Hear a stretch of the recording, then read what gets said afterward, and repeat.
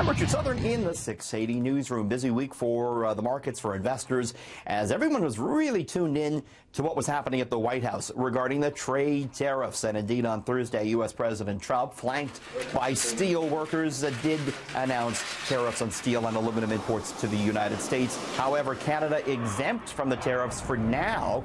Mr. Trump tied the exemption to how the NAFTA talks go. So we did see a bit of a recovery for stocks at the end of the week.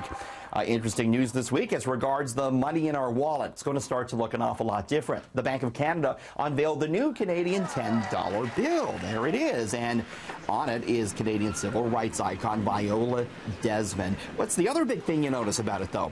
It's vertical. Bank of Canada says it's changed the orientation of this note to make it vertical, so there's more room for Desmond's image.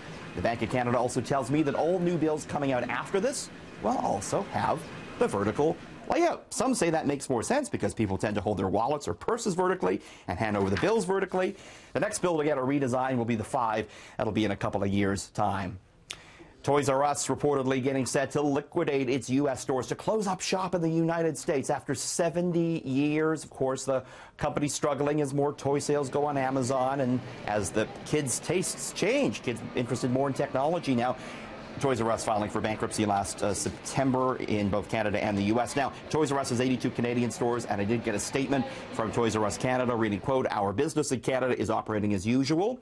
Goes on to say, "We will continue to honor customer policies and gift cards," and we have no information or comment on the U.S. stores. We did see a sell-off on Friday for some of the toy retailers like Mattel on this possible demise for Toys R Us. Well, we know maybe robots are coming for our jobs. We talk an awful lot about this, and here's an example of it actually happening. This is Flippy, they're calling him. It's a robot that flips burgers, and this is actually working now in a California burger restaurant. A human employee places the raw patties onto the grill, but then Flippy turns them over and removes them from the grill when they're ready, and he has thermal imaging sensors, so he knows exactly when the burgers are at the right temperature, and he learns how to cook better over time using artificial intelligence.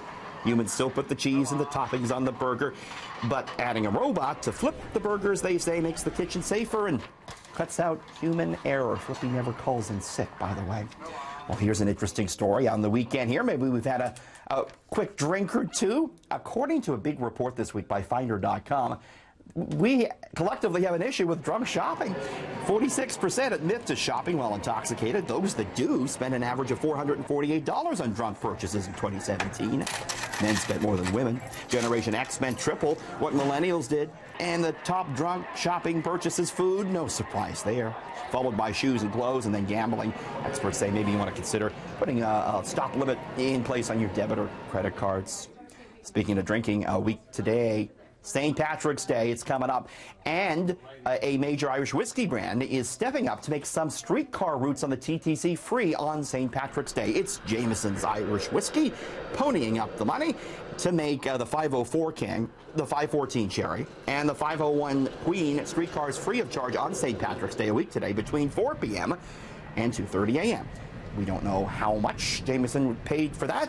We do know they probably can't afford it. Sales are surging at the company amid big demand for the Irish whiskey category.